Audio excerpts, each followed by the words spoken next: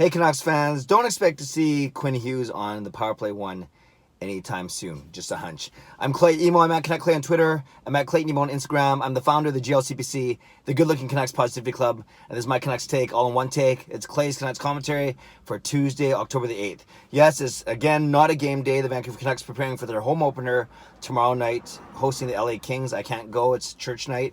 But I know there are a lot of cool things lined up, including naming the 14th captain in history. I listened to Travis Green on the radio. He did a great in-studio interview with Jason Bruff of Halford and Bruff on TSN 1040. He was in for about 10 or 12 minutes this morning, and they touched on a lot of things, covered a lot of ground. I want to just talk about 3 or 4 of them very quickly and get your reaction on some, all, either one, or any one of them, whatever you want to do.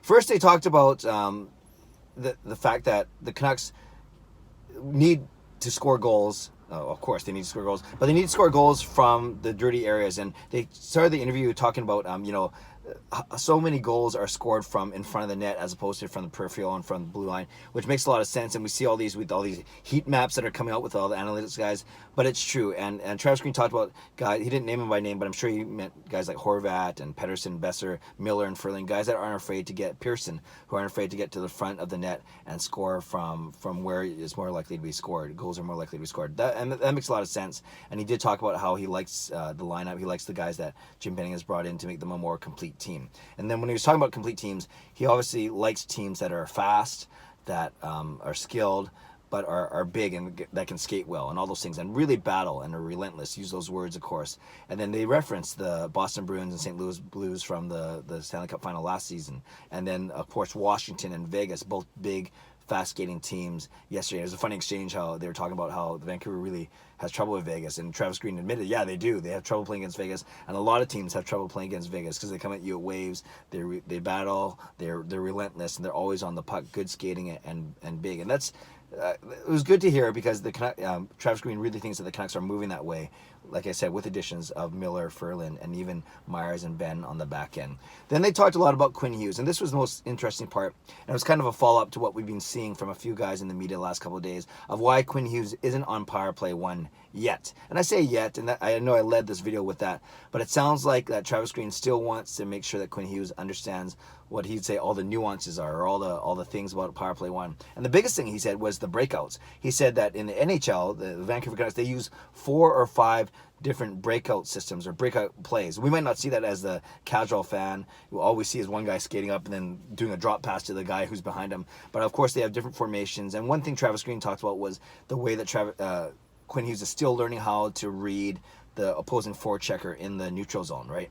So, of course, depending on what the forechecker does, how well scouted the power play breakout is, the forechecker is going to play up or back, or he's going to go to this guy, that guy is going to come up on Hughes or sag back. So I think it's just, I think it's learning for Quinn Hughes. It's an experience. Obviously, only a few preseason games and then 2 pro games this year on the power play, and then 5 last year. So I don't worry, he's going to get on a Power Play 1 eventually, but it sounds like Travis Green just wants him to learn more, to get more playing time, to practice the system, in particular breakouts, how to oppose opposing forecheckers, how to go around them, how to engage them.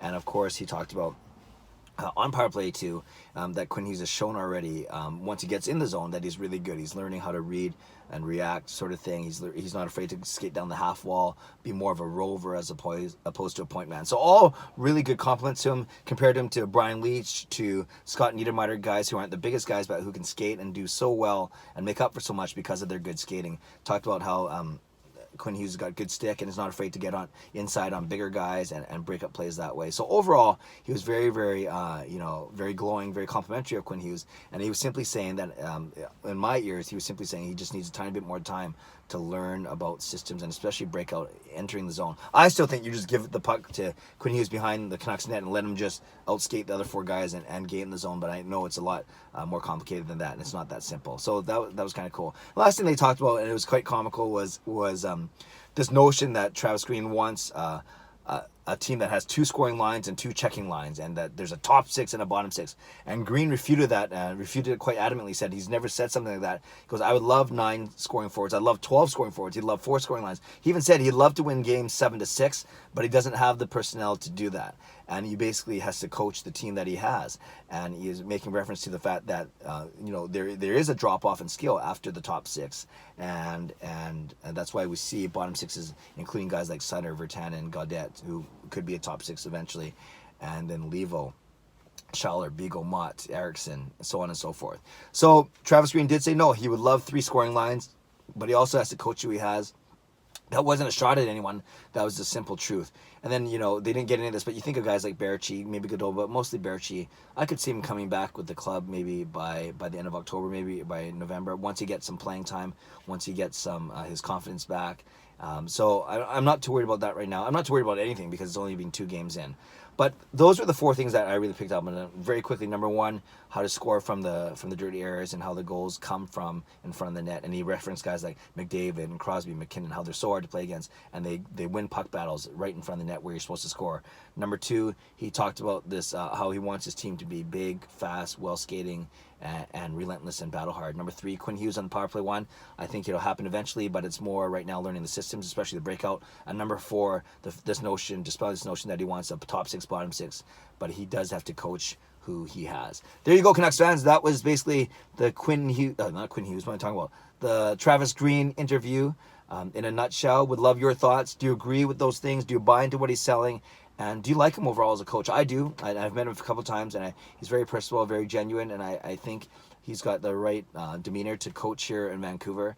And he obviously wants to see the team succeed just as we do, but he knows that it's not going to be an overnight fix, and he wants a team that is in the playoffs every season. And like he said in the interview as well, he's not just one and done kind of thing, make it for one season and then struggle to make it going forward. He wants consistency. So a lot of things to dissect. Once I get the link of the interview, I'll try and put it into my YouTube channel a little later, but they won't post it for a bit. But I think I gave you the goods there. I would love to know what you think about everything he said, in particular about Quinn Hughes power play 1 and this whole top 6, bottom 6 notion. Canucks fans, let me know what you think.